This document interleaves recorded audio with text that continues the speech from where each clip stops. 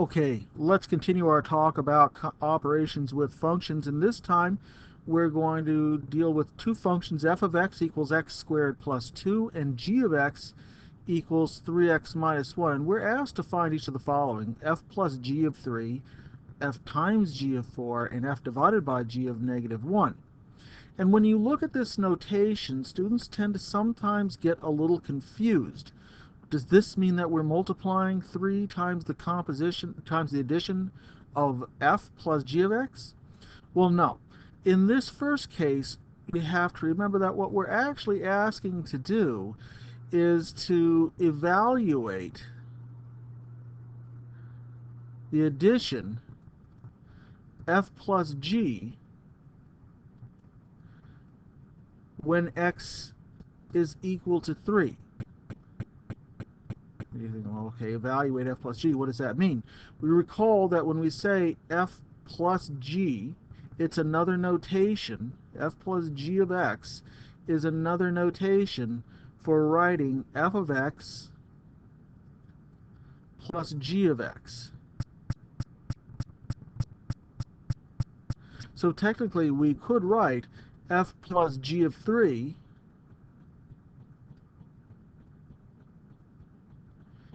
would be f of 3, the function f of x evaluated at 3, plus g of 3, the function g of x evaluated at 3.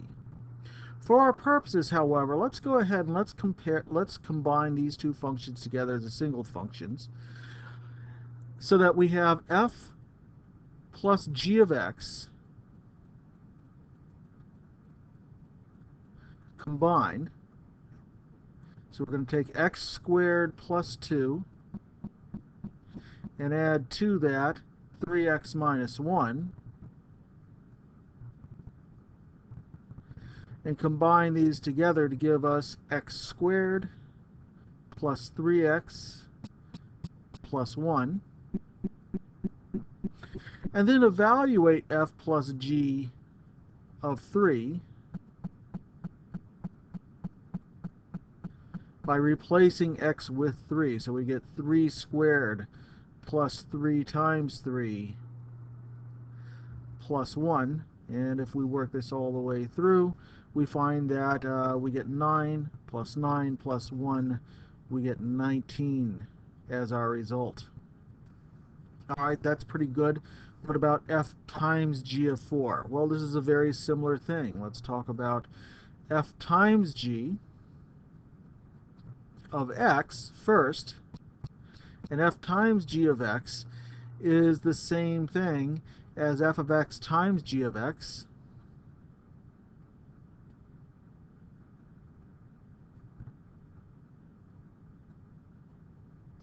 Which in this particular case is the quantity x squared plus 2 times the quantity 3x minus 1. Now I can go ahead and carry out the full FOIL method product of these two particular functions and get 3x cubed minus x squared plus 6x minus 2. But rather than doing that, I'm going to go ahead and I'm just going to use this factored form to evaluate f times g of 3 as being equal to 3 f times g of 4. Better watch my own notations. I want to evaluate f times g of 4 by using this expression 4 squared plus 2 times 3 times 4 minus 1. So when I work this out, of course, 16 plus 2, that's 18.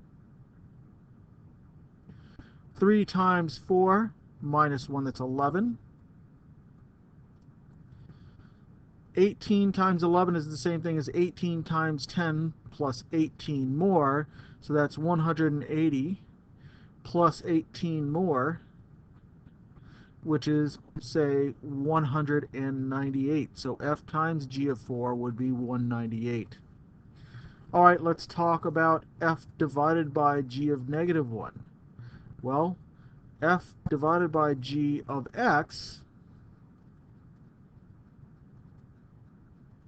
would be the same as saying f of x over g of x according to our notation. So in fact, we are going to just simply divide our two functions, x squared plus 2